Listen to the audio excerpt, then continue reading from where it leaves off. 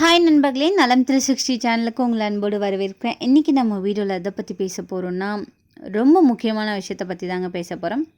Frozen உணவு, frozen meet, frozen கோழி இதெல்லாம் நம்ம உடலுக்கு என்ன மாதிரியான பாதிப்புகளை கொடுக்குதுன்னு உங்கள் யாருக்காச்சும் தெரியுமா? இன்றைய காலத்தில் வேகமான வாழ்க்கையில் வேலை டைம் இல்லாமல் பலரும் frozen chicken, frozen parotta, frozen fish, ready to eat மாதிரி வச்சு வாங்கி சாப்பிட்டுட்ருக்காங்க. ஆனால் இந்த சுலபமான உணவுக்காக நம்ம ஆரோக்கியத்தை கெடுத்துக்கிட்டு இருக்கோன்னு உங்களுக்கு தெரியுமா?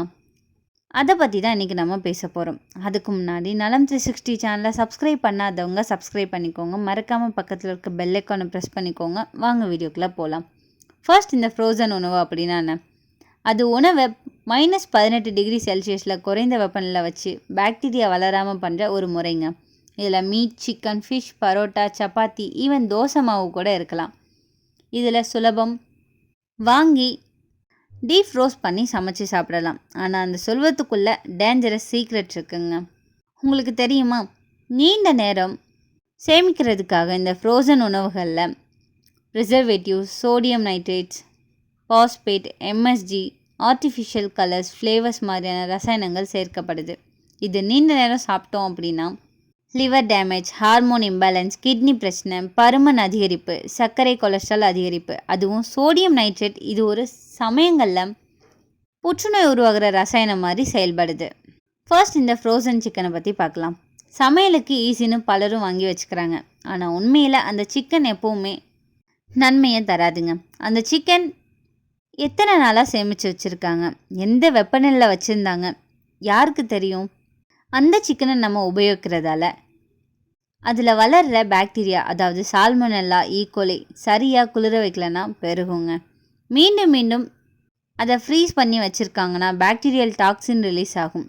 ஃப்ரோசன் மீட்டில் ரொம்ப நாளைக்கு ஸ்டோர் பண்ணி வச்சுருக்கிறதால ப்ரோட்டீன் குவாலிட்டி குறையும், நியூட்ரியன்ஸை கெடுக்குது. தவறான ஃப்ரீசரேஷன் காரணமாக ஃபுட் பாய்சனிங் வர வாய்ப்பு அதிகமாக இருக்குது.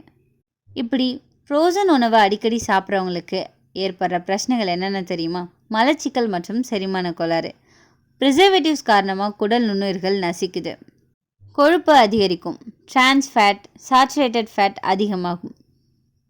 பெரியவங்களுக்கு உயர் ரத்த அழுத்தம் அதிகரிக்கும், ஏன்னா அதில் சோடியம் அதிகமாக இருக்குங்க. மகளிருக்கு ஹார்மோன் இம்பேலன்ஸ், ஸோ இதனால் ஃபெர்டிலிட்டி பிரச்சனைகள், பிசிஓடி சான்சஸ் கூட அதிகரிக்கும். குழந்தைகளோட இம்யூனிட்டி குறையுங்க. கெமிக்கல் ஃப்ளவரிங் காரணமாக குழந்தைகளோட இம்யூனிட்டி குறையலாம். நரம்பு, மூளை செயல்பாடு பாதிப்படையுது. எம்எஸ்ஜி அதிகமாக சாப்பிட்டா ஹெட்டேக், ஆன்சைட்டி கூட ஏற்படும். நீண்ட நாட்கள் ஃப்ரிட்ஜில் வச்சுருக்கிற இறைச்சியில் பாக்டீரியா உருவாகுங்க. அதை சாப்பிட்றதன் மூலம் இரைப்பை நோய் உங்களை தாக்கலாம். மேலும் அது இரத்த செல்களை பாதிக்கும் அபாயம் இருக்குது. இதுவே பல நோய் தொற்றுகள் உண்டாக காரணமாகவும் இருக்குது. எனவே ஃப்ரிட்ஜில் மிக குறைந்த மற்றும் குளிரான பகுதியில் இறைச்சியை வைக்குங்க. மேலும் ஃப்ரிட்ஜில் இருக்கும் மற்ற உணவுப் பொருட்கள்லேருந்து இறைச்சியை விலகி வைக்கிறது நல்லது. சமைச்ச இறைச்சி மற்றும் சமைக்காத இறைச்சி ரெண்டையும் தனித்தனியாக வைக்கணும். இல்லைனா இறைச்சியில் இருக்கிற பாக்டீரியா தொற்று நுரையீரலை பாதித்து சுவாச பிரச்சனைகளை உண்டாக்கும். ஃப்ரிட்ஜில் இருந்து எடுத்து சமைச்ச பிறகு அதை அடுத்த 24 மணி நேரத்துக்குள்ளே சாப்பிட்டு வரணுங்க. இறைச்சியை நீண்ட நாட்கள் குளிர்சாதன பெட்டியில் வச்சுருந்தா அதை சாப்பிட்ட பிறகு உணவு விஷமாக மாறக்கூடும். அந்த அபாயம் அதிகமாகவே இருக்குது. இறைச்சியை ஒருபோதும் ஒரு நாள், அப்படி இல்லைனா 2 நாளுக்கு மேலே குளிர்சாதன பெட்டியில் வைக்கக்கூடாது. அப்படி வச்சிங்க அப்படின்னா அதோட சுவை மற்றும் புரதச்சத்துக்கள் குறையும். பொதுவாக சிக்கனில் இருக்க கொழுப்பின் காரணமாக சரும பாதிப்புகள், பருக்கள் ஆகியவை உண்டாகும். சிலருக்கு சரும அலர்ஜிகள், தோல் அரிப்பு ஆகியவை கூட உண்டாகும். சிக்கன் மட்டும் இல்லாமல் ப்ரக்கோலி, மீன் போன்ற பல உணவுப் பொருட்களை நீண்ட நாட்கள் ஃப்ரிட்ஜில் வச்சு சாப்பிட்றதால அதில் இருக்கிற பாக்டீரியாக்கள் நேரடியாக கல்லீரலை தாக்கும். இதனால் கல்லீரல் வீக்கம், தொற்று ஆகியவை உண்டாகும். இதுக்கு இயற்கையான சில மாற்று வழிகள் இருக்குங்க. நம்ம எப்போ தான் இந்த ஃப்ரோசன் உணவுலேருந்து இயற்கை உணவுக்கு மாறுறோமோ அப்போ தான் நம்மளோட உடல் நலம் ஆரோக்கியமாக இருக்கும். சிக்கன் ஃப்ரெஷ்ஷாக வாங்கி சமைக்கலாம். மீன் அப்படி இல்லைனா சிக்கன் ஃப்ரிட்ஜில் 1-2 நாள் மட்டுமே வைக்கிறது நல்லது. பட்டாணி, கேரட், பீன்ஸ் புதியதாக வாங்கி வேக வச்சு ஃப்ரிட்ஜில் வச்சுக்கொள்ளலாம். அது சேஃப் தான். முன்னோடி ஒரு வழிமுறை இருக்குது. குறைந்த வெப்பநிலையில் வைக்கிறத விட ஃப்ரெஷ் குக்கிங் ரொம்பவே நல்லது. ப்ரிசர்வ் பண்ண வேண்டும்னு நினச்சிங்கன்னா கூட நேச்சுரல் மெத்தட்ஸை நீங்கள் பண்ணலாம். அதாவது லெமன், புளி, ராக் சால்ட் யூஸ் பண்ணி நம்ம வச்சுக்கொள்ளலாம். இது நம்மளோட உடம்புங்க, அதை சுலபத்துக்காக நாசம் பண்ணக்கூடாது. ஃப்ரோசன் உணவு கொஞ்சம் வசதியானது தான் சரி, ஆனால் நீண்ட காலத்தில் அது நம் உடல், மனம், ஆரோக்கியம் அனைத்தையுமே பாதிக்கக்கூடியது.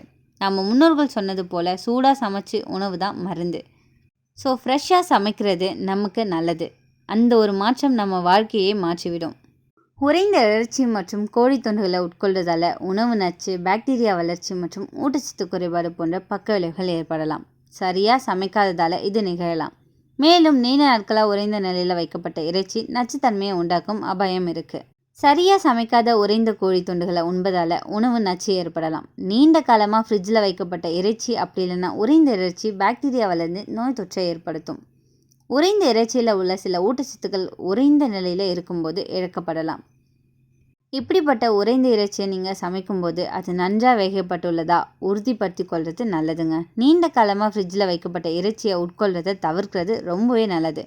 உறைந்த இறைச்சி மற்றும் கோழியை சமைக்கிறதுக்கு முன்னாடி முழுமையாக இருக்கிறது நல்லது. இதுக்கப்புறம் முடிஞ்ச அளவுக்கு இந்த மாதிரி ஃப்ரோசன் ஃபுட்ஸை சாப்பிட்றத தவிர்க்கிறது நல்லதுங்க. இன்றைக்கி நான் சொன்ன விஷயங்கள் எல்லாமே உங்களுக்கு ஹெல்ப்ஃபுல்லாக இருக்கும் நம்புகிறேன். இந்த வீடியோ உங்களுக்கு பிடிச்சிருந்துச்சின்னா லைக் பண்ணுங்கள், ஷேர் பண்ணுங்கள், மறக்காமல் நம்ம சேனலை சப்ஸ்கிரைப் பண்ணுங்கள்.